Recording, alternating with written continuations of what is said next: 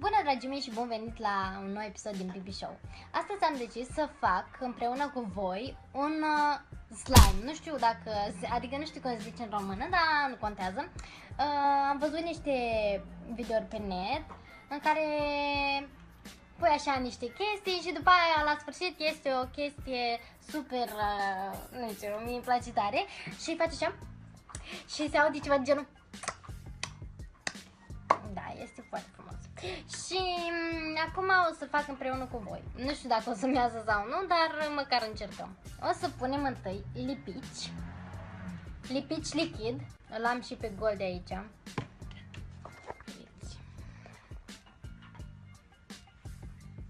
Și o să pun lipici.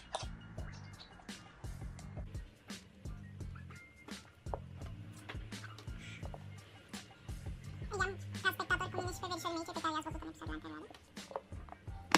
Așa, punem tot lipicul aici.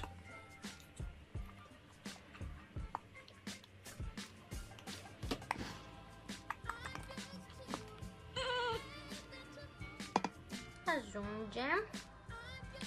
Apoi, acum vom pune niște spumă de ras, efectiv spumă de ras.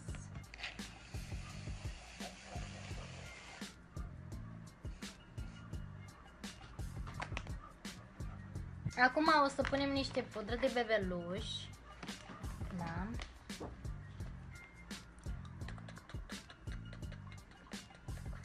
Așa. Și amestecăm.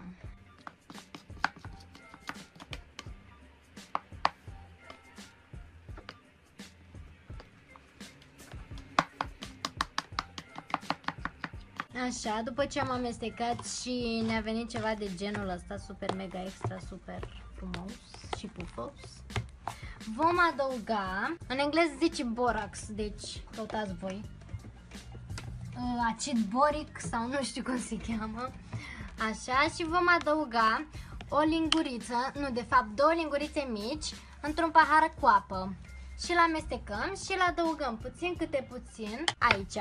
Deci, după cum ziceam, eu am pus aici două lingurițe și îl vom adăuga puțin câte puțin la amestecul nostru.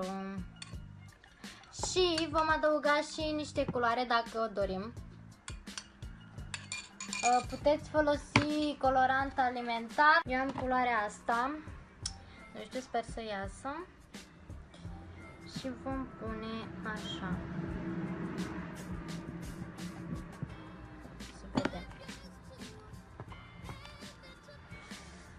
Acum amestecăm.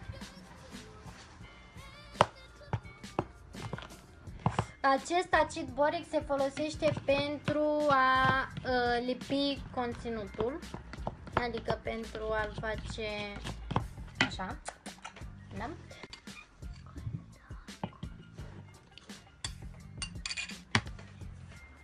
Așa. Văd că această culoare nu prea se distribuie bine. Goldi, vrea să ne jucăm. Las-o. Las-o. Las-o, mami. Hai, las-o dacă vrei să ne jucăm. Las-o. Păi, nu joc.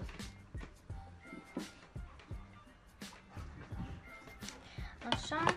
Așa că voi căuta în bucătărie niște colorant alimentar.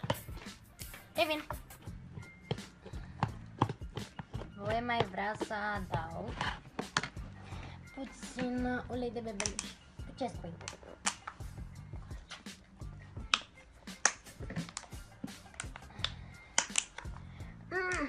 Mama, nu poți deschide, tu poți ia.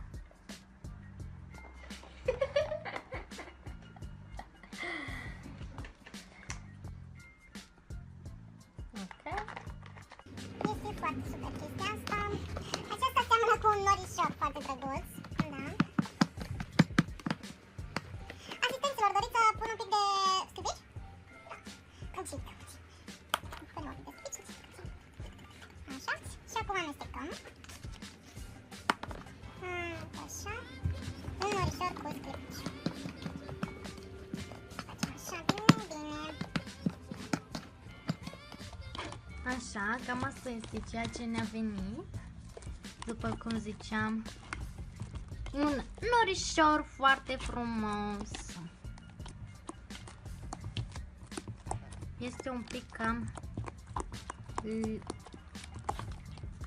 Nu, este cam uleios, dar va trece acest efect.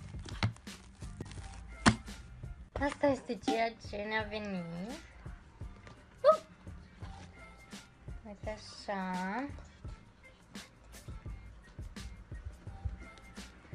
Și acum îi vom da o formă drăguță.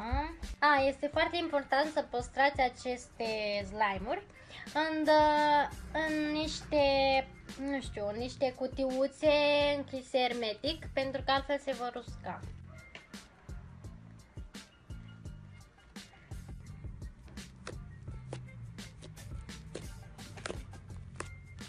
Vă voi arăta și alt slime pe care l-am făcut puțin mai devreme.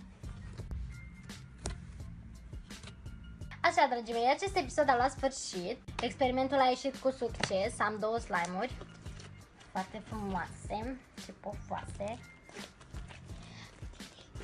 Așa.